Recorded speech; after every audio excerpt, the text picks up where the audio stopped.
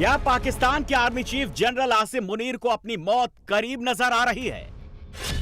क्या आसिम मुनीर को यह लग रहा है कि नरेंद्र मोदी उसे छोड़ने वाले नहीं हैं?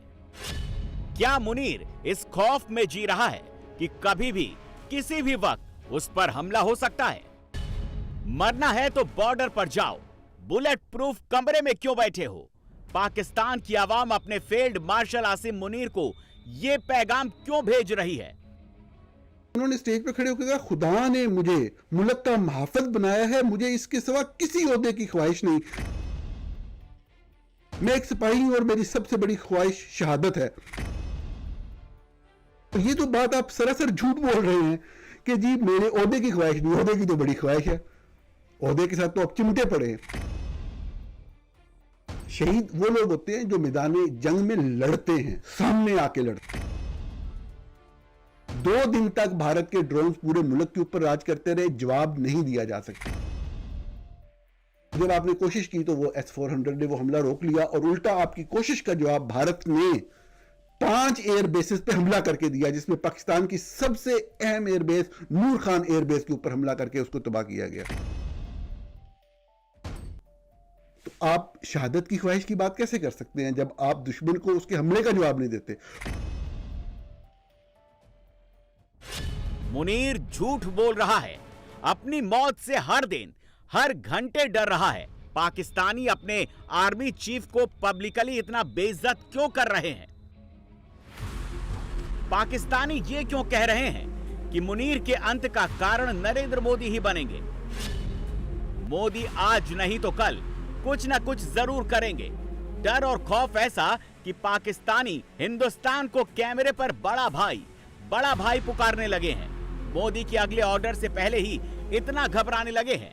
प्राइम मिनिस्टर मोदी ने रेड फोर्ट से खड़े होके तो पाकिस्तान को एक दफा फिर जो है वो ये कहा है कि भाई तैयारी पकड़ो, हम आ रहे हैं, हम छोड़ेंगे नहीं इनको। बल हम इंडिया को बड़ा भाई कहते हैं, बड़ा मुल्क है, बड़ा भाई है, तो बड़े भाई की भी कुछ होती है ना कोई जिम्मेदारी। आपने कहा कि इंडिया हमारा बड़ा भाई है, तो क्या पाकिस्तान ने वाकई कभी बड़ा भाई समझा इंडिया को? 65 में आप देखिए क्या हुआ, ऑपरेशन जिब्राल्टर हुआ, तो क्या हासिल हुआ उससे पाकिस्तान को? यानी छोटा मुल्क होने के बावजूद आप देखिए कि कितने पंगे पाकिस्तान ने लिए। बड़े भाई हिंदुस्तान के नाम का ये डर और घबराहट पाकिस्तान में मुनीर के चेहरे पर साफ साफ दिख रही है। पूरा पाकिस्तान इस वक्त अपने फील्ड मार्शल को कोस रहा है। अब आप पूछेंगे कि ऐसा क्यों?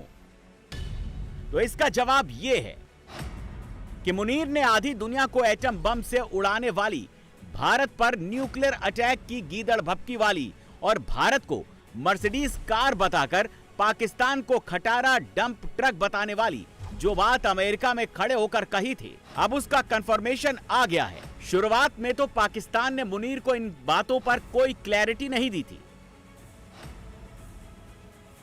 मगर अब एक सरकारी कार्यक्रम में पाकिस्तान के इंटीरियर मिनिस्टर मोहसिन नकवी ने मान लिया है कि हाँ, मुनीर ने वही बातें कही थी, अमेरिका में खड़े होकर कही थी। फील्ड मार्शल साहब ने ये अभी ब्रसल में खुद भी ये किस्सा रिपीट किया है। उन्होंने उस सऊदी डेलीगेशन को कहा कि जिस तरह आप बात कर रहे हैं, ये इंडिया जो है एक शाइनिंग मर्सिडीज की तरह है, लेकिन हम एक डंपर ट्रक की तरह है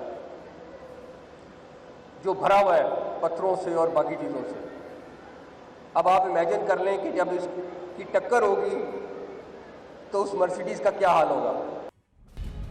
लेकिन मुनीर की इस स्टोरी में अब एक और ट्विस्ट आ गया है, और यह ट्विस्ट अमेरिका में नहीं, बेल्जियम की राजधानी ब्रसेल्स से आया है।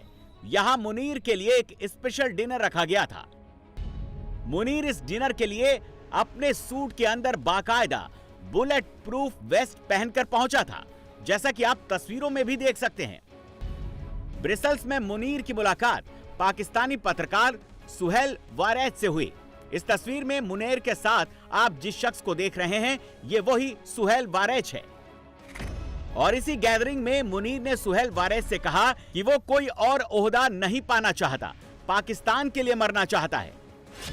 लेकिन पाकिस्तान में किसी को इस बात में दिलचस्पी नहीं है कि मुनीर क्या चाहता है। पाकिस्तानी ये जरूर चाहते हैं कि जितनी जल्दी हो सके इस सन की फील्ड मार्शल से छुटकारा मिले। साहब वो डिक्टेटर जब आते हैं जर्नैल, तो ये कहते हैं हम निजात दहंदा हैं, कौम मुश्किल में है और हम उसको उससे निकालेंगे। साहब ने तो इंतहा कर दी है कि ये कुरान पढ़ के सुनाते हैं और फिर झूठ बोलते हैं।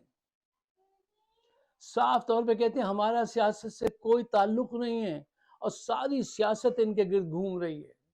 सुहेल वारेस साहब के जरिए एक्चुअली जो कॉलम इन्होंने लिखवाया है, उसको अगर गहराई में जाके आप सोचेंगे ना, तो एक बात आपको पता चलेगी कि आसिम मुनीर साहब अब थक गए हैं। अब वो बिल्कुल थक गए हैं। सुहेल वारेस साहब को ये तौफीक नहीं हुई कि वो आसिम मुनीर को समझाते कि देखिए साहब, आप जो है ना ज्यादती कर रहे हैं, जुल्म कर रहे हैं, नाजायज कब्जा किया हुआ है, करप्ट लोगों के साथ आपने हुकूमत बनाई हुई है, 80-90% लोग आपके खिलाफ हैं, आप गैर कानूनी ये काम बंद कीजिए। शहादत की मौत की बात कल इन्होंने भी की थी, कल परसों आसिम मुनीर साहब ने, कि मैं चाहता हूं मुझे शहादत की मौत आए। शहादत की मौत बुलेट प्रूफ कमरे में बैठने से नहीं आती, उसके लिए साहब बॉर्डर पे जाइए, वहां आप जाते नहीं। अब सवाल है कि पाकिस्तानी जल्द से जल्द मुनीर से छुटकारा क्यों पाना चाहते हैं। पाकिस्तानी ये क्यों चाहते हैं कि मुनीर का शटर हमेशा हमेशा के लिए डाउन हो जाए। इसकी सबसे बड़ी वजह नरेंद्र मोदी हैं, हिंदुस्तान की सेना की शक्ति है।